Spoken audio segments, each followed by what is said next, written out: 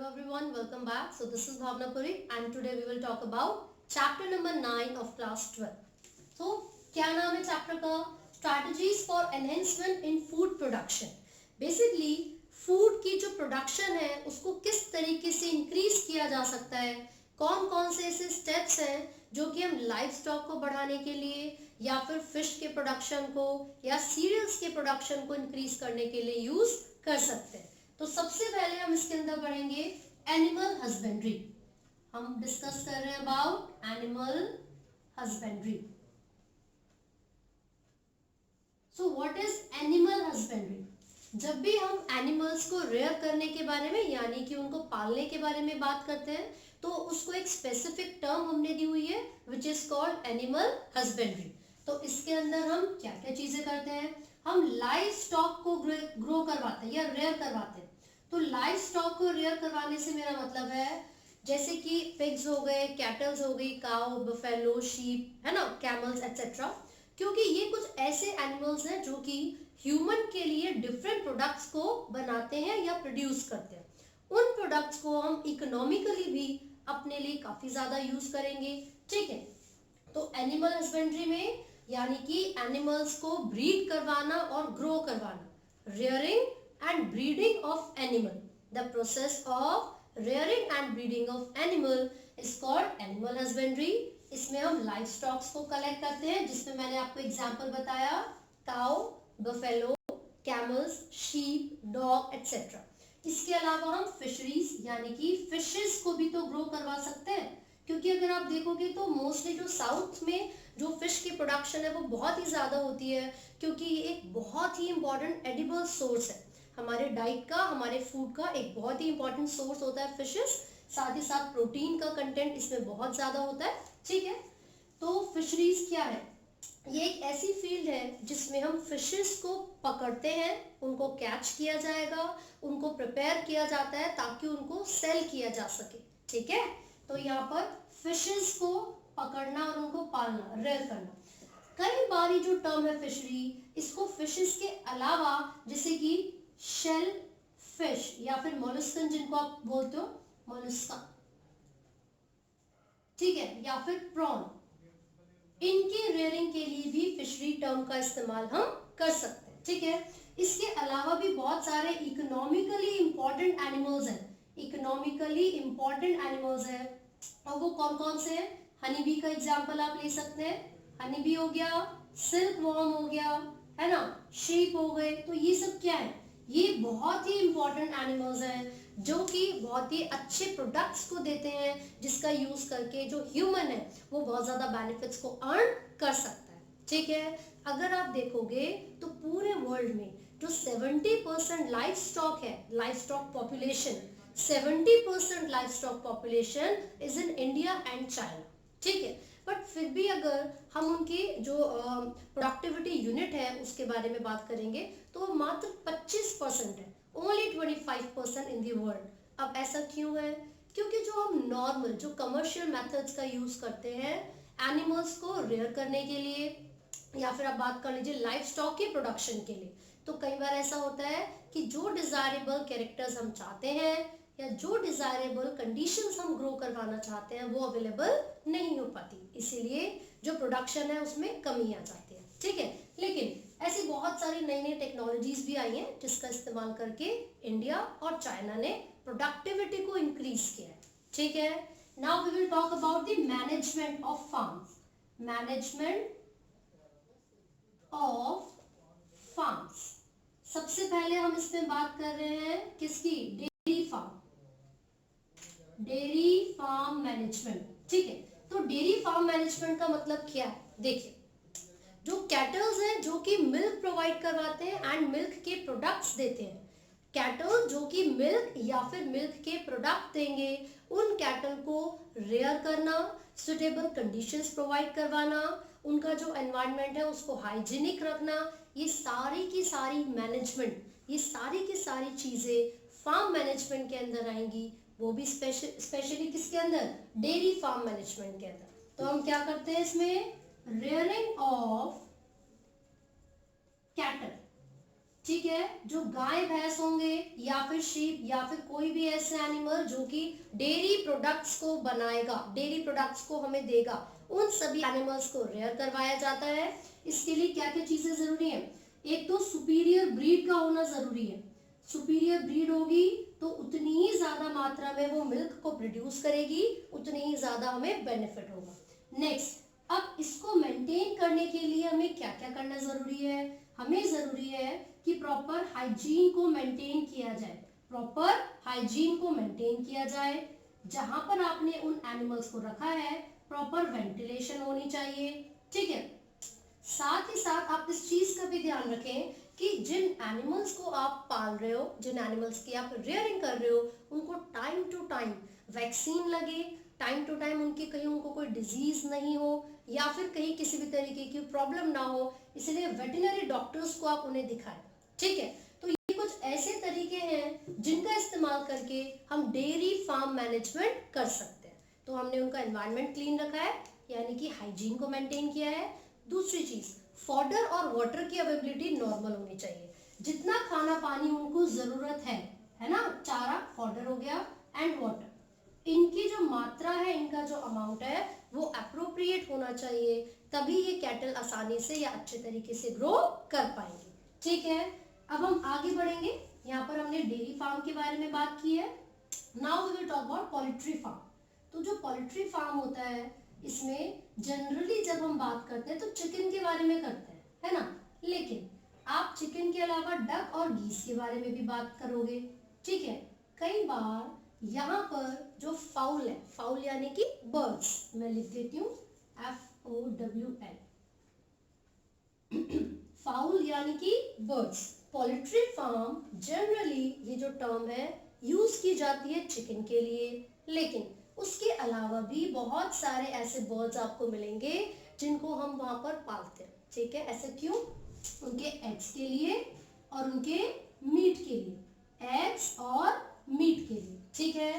अब अगर यहाँ पर कौन कौन सी चीजों का हमें ध्यान रखना चाहिए उसकी बात करेंगे। सो अगेन जो चीजें मैंने डेयरी फार्म मैनेजमेंट में बताई थी, सिमिलर उन्हीं चीजों का ध्यान हमें पोल्ट्री फार्म मैनेजमेंट करते दौरान भी रखना होगा। क्यों?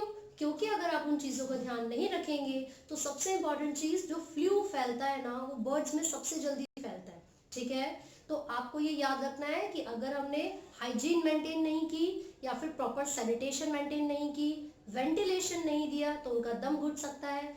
चारा या खाना जो भी उनका, वाटर वगैरह की जो उनकी डिमांड है, अगर वो फुलफिल नहीं की तो उनकी डेथ भी हो सकती है। इसीलिए हमें इन सभी चीजों का ध्यान रखना जरूरी है अगर हम क्या करना चाहते हैं, जो प्रोडक्टिविटी है, जो यील्ड है, जो फर्टिलिटी है, उसको इंक्रीज करना चाहते हैं, ठीक है। So this is all about the dairy farm management and poultry farm management.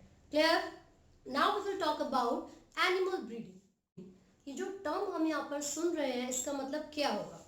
सबसे पहले हम मेंशन कर लेते हैं, we are talking about animal breeding. देखिए, एनिमल्स क्या होते हैं हमें पता है, अब हमें जानना ये जरूरी है कि ब्रीडिंग का मतलब क्या होगा, है ना। नॉर्मली क्या होता है, जब भी हम अलग अलग ऑर्गेनिजम्स के बारे में बात करेंगे, चाहे वो डॉग हो, कैट हो, इवन ह्यूमंस क्यों ना हो, अलग अलग एनिमल्स की अलग अलग ब्रीड्स होती हैं, है ना। ये जो ब्रीड्स हैं, अगर कोई दो इंडिविजुअल्स ऐसे हैं जो कि सेम ब्रीड से बिलोंग कर रहे हैं, ये भी तो हो सकता है कि उन दोनों इंडिविजुअल्स के बीच में क्रॉसिंग हो। क्रॉसिंग का मतलब है मेटिंग, ठीक है, यानी कि जो मेल इंडिविजुअल होगा उस ब्रीड का और जो फीमेल इंडिविजुअल होगी उस ब्रीड की, वो आपस में कॉपुलेट करेंगे, मेटिंग करेंगे। सो this is one term for breeding. Another term could be, दो अलग अलग ब्रीड के एनिमल्स हैं और वो दोनों आपस में मेटिंग कर रहे हैं, तो ये दोनों टर्म्स यहाँ पर मेटिंग से रिलेटेड है, ठीक है। तो एनिमल ब्रीडिंग का मतलब भी क्या है, क्रॉस करवाना अलग अलग एनिमल्स के बीच में, चाहे वो सेम ब्रीड के हो, सेम स्पीशीज के हो, या अलग ब्रीड्स या अलग स्पीशीज के हो, ठीक है। तो ये टर्म जो एनिमल ब्रीडिंग है, इसका मतलब है the crossing between the different organisms. Simple, different animals भी हम मेंशन कर सकते हैं। Now the question is, what is the benefit of breeding? जो हम एनिमल ब्रीड करवा रहे हैं, मान लीजिए अलग अलग ब्रीड के एनिमल्स में हमने क्रॉसिंग करवाया, मेटिंग करवाया, फायदा क्या मिला, व्हाट इज द यूज? तो यूज ये है, it helps to increase the productivity. इससे हमें ये फायदा होगा कि जो प्रोडक्टिविटी होती है उस पर्टिकुलर ब्रीड की वो इंक्रीज होगी, साथ साथ फर्टिलिटी भी इंक्रीज होगी, फर्टिलिटी भी इंक्रीज होगी। अलोंग विद दिस, अगर मुझे कोई डिजायरेबल कैरेक्टर चाहिए, अगर मुझे किसी एक ब्रीड में दो अलग अलग ब्रीड्स के डिजायरेबल कैरेक्टर्स चाहिए, तो मैं क्या करूंगी, दोनों ब्रीड्स के इंडिविजुअल्स को मेटिंग करवाऊंगी, क्रॉस करवाऊंगी। एज अ रिजल्ट जो नई जनरेशन मुझे मिलेगी तो हम क्या एक्सपेक्ट करेंगे कि उसके अंदर दोनों ही पेरेंटल ब्रीड के फीचर्स यानी कि कैरेक्टर्स अवेलेबल होंगे। क्लियर है? तो इसका मतलब ये हुआ, it helps to obtain desirable characters. जो डिजायरेबल कैरेक्टर्स हैं उनको ऑब्टेन करने में ये जो ब्रीडिंग प्रोग्राम है ये हमारी हेल्प करेगा। ठीक है, अब इसके मैं सबसे पहले दो एग्जांपल्स आपको दूंगी जो इंप्रूव्ड वैरायटीज होती हैं। क्या होती हैं? Improved varieties. ठीक है, अब दो इंप्रूव्ड वैरायटीज के एग्जांपल कौन कौन से हैं आप ही की एनसीईआरटी में मेंशन है। सबसे पहला एग्जांपल आपको कैटल में दिया हुआ है जर्सी का। सबसे पहला एग्जांपल आपको कैटल में गिवन है जर्सी काउ। ठीक है, तो ये क्या है? कैटल की एक इंप्रूव्ड वैरायटी है, कैटल की एक इंप्रूव्ड वैरायटी है। Another example is leghorn, another example is leghorn, और ये चिकन की एक इंप्रूव्ड वैरायटी है। ठीक है, this is an improved variety of chicken. अब हम यहाँ पर ये जो टर्म यूज कर रहे हैं improved variety, what does it mean? इसका मतलब ये है कि दो सुपीरियर ब्रीड के एनिमल्स को आपस में मेटिंग करवाया गया, उसके रिजल्ट में जो वैरायटी हमें मिली है, दो सुपीरियर ब्रीड के एनिमल्स को आपस में क्रॉस करवाने के रिजल्ट में जो वैरायटी हमें मिली है, this is the improved variety because it has the features of both the superior breeds. दोनों ही जो सुपीरियर ब्रीड्स थे उनके फीचर्स इनके अंदर प्रेजेंट होंगे, इसीलिए इनको इंप्रूव्ड वैरायटी कहा जाता है। ठीक है, चलिए आगे बढ़ते हैं। फिर एनिमल ब्रीडिंग में सबसे पहली टर्म हम क्या पढ़ रहे हैं? This is in breeding. In breeding, भाई ब्रीडिंग का मतलब था क्रॉस करवाना, इनका मतलब है ब्रीड के अंदर। क्लियर है? तो जब भी सेम ब्रीड के दो रिलेटेड ऑर्गेनिजम्स, दो रिलेटेड इंडिविजुअल्स आपस में क्रॉस करेंगे, so the process is called inbreeding. तो मैं लिख देती हूँ यहाँ पर, क्योंकि बहुत बच्चों ने बोला था मैम डेफिनेशन भी बताइए, है ना। So let me right it here. Inbreeding का मतलब क्या है? When the related individuals, related या फिर the cross between the related individuals, the cross between the related individuals of a breed. ठीक है, हालांकि रिलेटेड लिख दिया है और एक ही ब्रीड के है तो वो मतलब सेम ही है ना। जब भी एक ब्रीड के या फिर कोई भी दो रिलेटेड ऑर्गेनिजम्स आपस में ब्रीड करेंगे, मेट करेंगे या क्रॉस करेंगे तो उसको इनब्रीडिंग बोला जाता है। ठीक है, अब ये दोनों ही इंडिविजुअल कैसे होने चाहिए? सुपीरियर होने चाहिए। मुझे कैसे पता चलेगा कि मेल सुपीरियर है या फिर फीमेल सुपीरियर है? देखिए, कैटल के केस में जब हम बात करते हैं तो सुपीरियर मेल वो होता है जो कि large progeny, large number of progeny, ज्यादा बच्चे प्रोड्यूस करेगा, वो सुपीरियर मेल होता है in the case of cattle. Superior female कौन होगी फिर? क्योंकि पर लैक्टेशन मोर मिल्क प्रोवाइड करेगी अपने बच्चों को, है ना। साथ ही साथ क्योंकि हम लोग तो काऊ से मिल्क लेते ही हैं, हम भी बच्चे ही हो गए तो हम लोगों को भी ज्यादा मिल्क देगी। तो यहाँ पर हमने क्या पढ़ा है? सुपीरियर मेल वो होता है जो कि ज्यादा नंबर में प्रोजेनी यानी कि बच्चे देगा। सुपीरियर फीमेल वो होती है जो हर एक बार में, हर एक लैक्टेशन में ज्यादा अमाउंट में मिल्क को प्रोड्यूस करेगी। क्लियर हो गया? अब इनब्रीडिंग डिप्रेशन पढ़ेंगे ना। What is inbreeding depression? उससे पहले मैं आपको एक बात बता दूं, अगर आप कॉन्टिन्यूसली सेम ब्रीड के इंडिविजुअल्स में क्रॉस करते जा रहे हैं, अगर आप कॉन्टिन्यूसली सेम ब्रीड के इंडिविजुअल्स में क्रॉस करते जाएंगे तो एक समय ऐसा आएगा कि उस ब्रीड की जो प्रोडक्टिविटी है यानी कि यील्ड वो डिक्रीज हो जाएगी, साथ ही साथ उसकी जो फर्टिलिटी होती है वो भी डिक्रीज हो जाती है, and this condition is called inbreeding depression. ठीक है, पर मुझे बताइए क्या सिर्फ नुकसान ही नुकसान है इनब्रीडिंग के? कोई तो फायदा होगा, तो एक आधा फायदा देख लिया जाए जरा। तो मैं यहाँ पर बेनिफिट्स या फिर एडवांटेजेस लिख देती हूँ। एडवांटेजेस है ना, तो एडवांटेजेस क्या होती हैं इनब्रीडिंग की? तो सबसे पहला point, pure line can be obtained. Pure line can be obtained. क्या मतलब है प्योर लाइन का? इसका मतलब है 100% homozygous individuals can be obtained. Homozygous individuals can be obtained.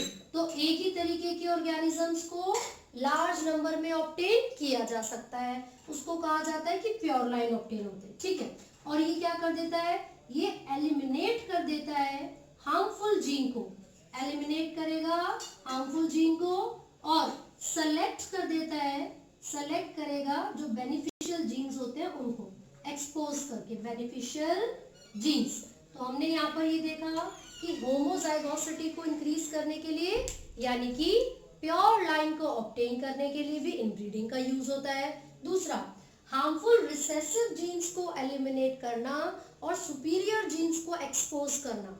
Harmful recessive genes को एलिमिनेट करना एंड सुपीरियर जीन्स को एक्सपोज करना, वो भी किसकी मदद से होगा? Inbreeding. So these are the advantages of inbreeding. Now what are the disadvantages?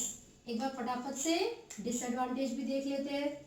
Disadvantages तो मैंने भी बताया, continuous breeding, continuous breeding for 4 to 6 generations.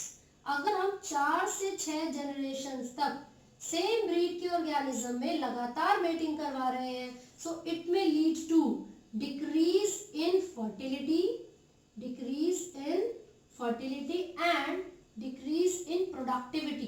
Productivity को क्या कहते हैं? यील्ड कहते हैं। ठीक है, and this condition may leads to inbreeding depression, inbreeding depression. ठीक है, तो ये दोनों अलग अलग पॉइंट्स में लिख सकते हो आप।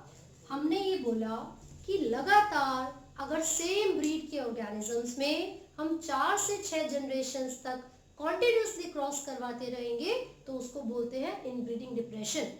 इसमें क्या होगा? इसमें प्रोडक्टिविटी भी डिक्रीज हो जाती है और फर्टिलिटी भी डिक्रीज हो जाती है।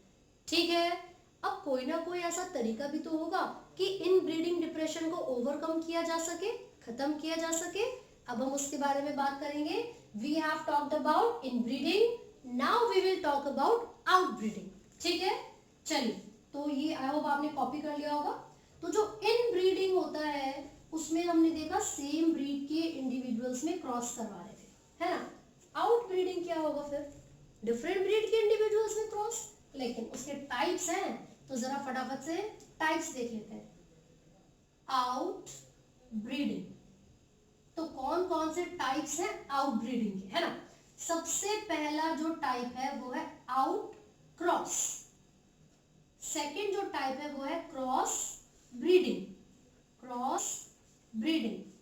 जो थर्ड टाइप है उसको हम क्या बोलेंगे भाई? आउट क्रॉस हो गया, सेम ब्रीड लेकिन different organism, same breed but different यानी कि अनरिलेटेड इंडिविजुअल्स। ठीक है, क्रॉस ब्रीड का मतलब है डिफरेंट ब्रीड्स। तो जब ब्रीड्स ही डिफरेंट है तो रिलेटेड तो होंगे ही नहीं, ऑब्वियस सी बात है। थर्ड होता है inter specific, inter specific hybridization. तो मैंने ये पहले इसलिए लिखा ताकि आपको मैं बता सकूं, यहाँ पर ब्रीड दोनों की सेम थी, मेल और फीमेल की ब्रीड सेम थी। यहाँ पर ब्रीड अलग अलग हो गई और यहाँ पर आते आते तो स्पीशीज ही अलग हो गई, डिफरेंट स्पीशीज, डिफरेंट स्पीशीज। ठीक है, तो जरा देख लेते हैं फटाफट से। यहाँ पर हमने क्या देखा? आउट क्रॉस में मेल और फीमेल इंडिविजुअल्स की ब्रीड सेम होती है लेकिन उनके कॉमन एंसेस्टर्स नहीं होते। They have no common ancestors for 4 to 6 generation. No common ancestors for 4 to 6 generation. 4 to 6 generation. अब यहाँ पर देखिए, जब ब्रीड्स ही दोनों की अलग अलग है तो एंसेस्टर्स तो ऑब्वियसली डिफरेंट ही होंगे. तो यहाँ पर भी लिख लिया हमने no common ancestors, no common ancestors. ठीक है. साथ ही साथ एक एग्जाम्पल जो आपको यहाँ पर गिवन है एनसीईआरटी में, वो किसका है? हिसारडेल शिप का. हिसारडेल शिप जो कि पंजाब में क्रॉस करवाया गया था किस किस के बीच में? Bikaneri ewes, Bikaneri, this is Bikaneri ewes and merino rams, merino rams. जब इन दोनों ब्रीड्स को आपस में क्रॉस करवाया तो हमें एक इम्प्रूव्ड ब्रीड मिली थी शीप की, विच इज हिसारडेल, और ये पंजाब में किया गया था. कहाँ पर? पंजाब में. ठीक है. अब हम बात कर रहे हैं इंटर स्पेसिफिक हाइब्रिडाइजेशन के बारे में. इसका मतलब है दो अलग अलग स्पीशीज के इंडिविजुअल्स में क्रॉस करवाना. ठीक है. तो ऑब्वियसली कोई कॉमन एंसेस्टर नहीं होंगे. इसका एग्जांपल है म्यूल. इसका एग्जांपल क्या है? म्यूल. म्यूल को कौन सी दो स्पीशीज से बनाया गया है? Horse and donkey. Horse and donkey. तो हमने यहाँ पर इंटर स्पेसिफिक हाइब्रिडाइजेशन तक कंप्लीट किया है. एक और चीज हमें देखनी है, वो क्या है? वो ये है कि अगर एक सिंगल आउट क्रॉस भी करवा दिया जाए, a single out cross may help to overcome inbreeding depression. Inbreeding depression. अब क्वेश्चन आपसे पूछा जा सकता है 1 मार्क में कि हम इनब्रीडिंग डिप्रेशन को कैसे ओवरकम कर सकते हैं. तो आपको याद रखना है कि अगर एक सिंगल आउट क्रॉस भी हमने करवा दिया तो उसका यूज करके भी हम इनब्रीडिंग डिप्रेशन को ओवरकम कर सकते हैं.